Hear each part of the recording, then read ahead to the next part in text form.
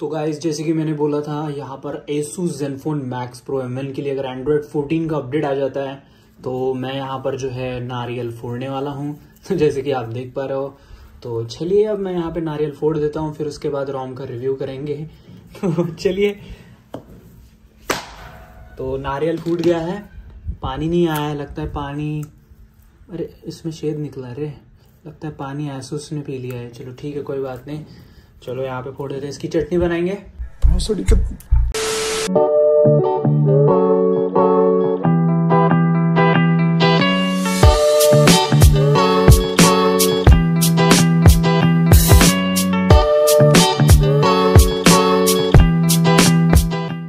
हाय दोस्तों, size you're back with another interesting video and okay, intro थोड़ा सा चटपटा हो गया है तो छोड़ो इसको। यहाँ पर जैसे कि आप देख पा रहे हो एंड्रॉइड 14 टेकूला ओएस यहाँ पे जो है रिलीज हो चुका है हमारे Asus Zenfone Max Pro M1 device के लिए।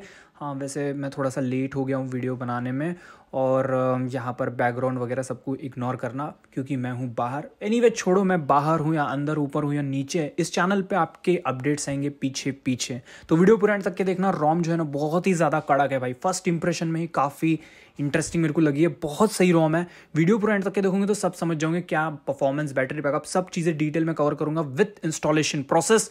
तो वीडियो को स्टार्ट करते हैं without any wasting of time, let's begin. So सबसे पहले रिक्वायर फाइल्स की लिंक डिस्क्रिप्शन में मिल जाएंगी, उनको डाउनलोड कर लोगे, ठीक है। और डाउनलोड करने के बाद और एक इंपॉर्टेंट बात याद रखना, अगर आपके डिवाइस में स्क्रीन लॉक वगैरह लगा होगा तो उसको रिमूव कर दो, गूगल अकाउंट वगैरह होगा तो उसको रिमूव कर दो। देन बूट करो अपने डिवाइस को, TWRP रिकवरी में लेटेस्ट वाली लिंक डिस्क्रिप्शन में है, वहाँ पे चले जाओगे।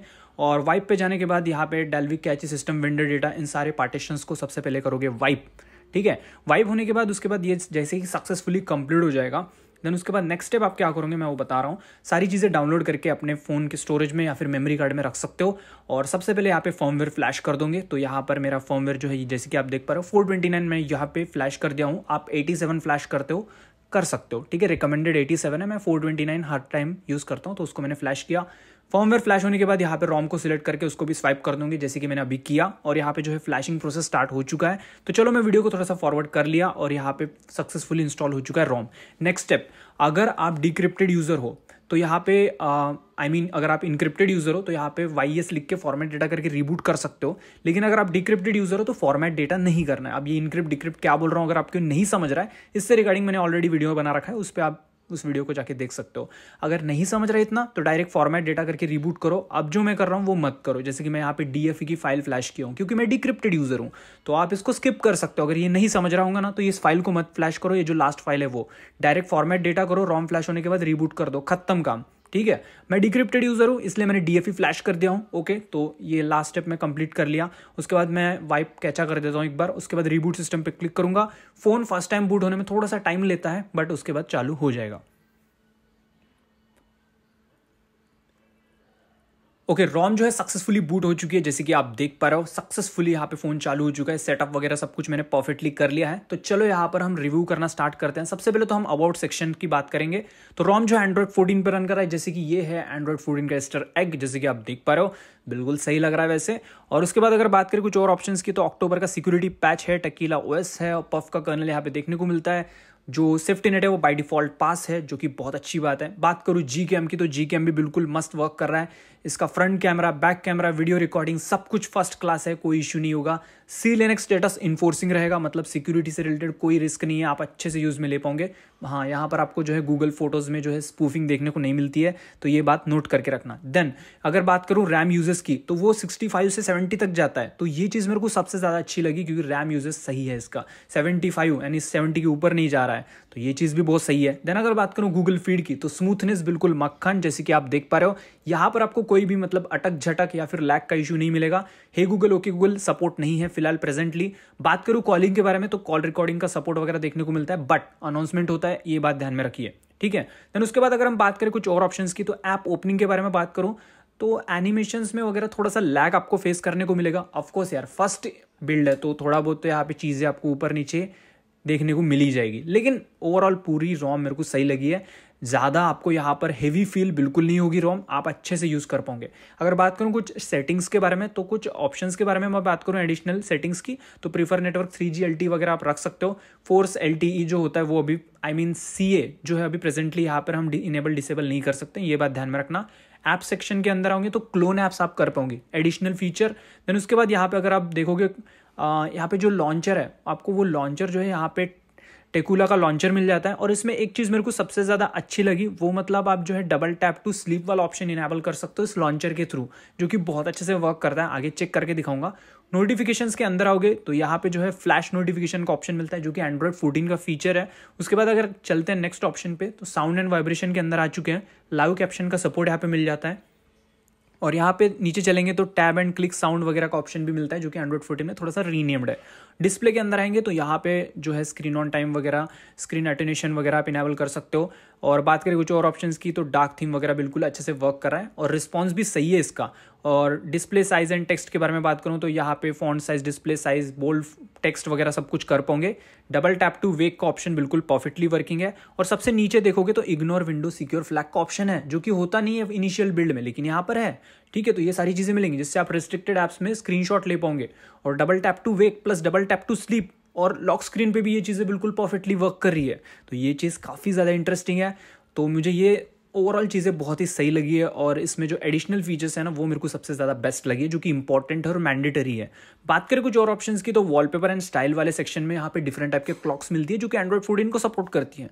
और ये चीज़ें काफ़ी ज़्यादा सही लुक देती हैं आपके डिवाइस के लॉक स्क्रीन पे।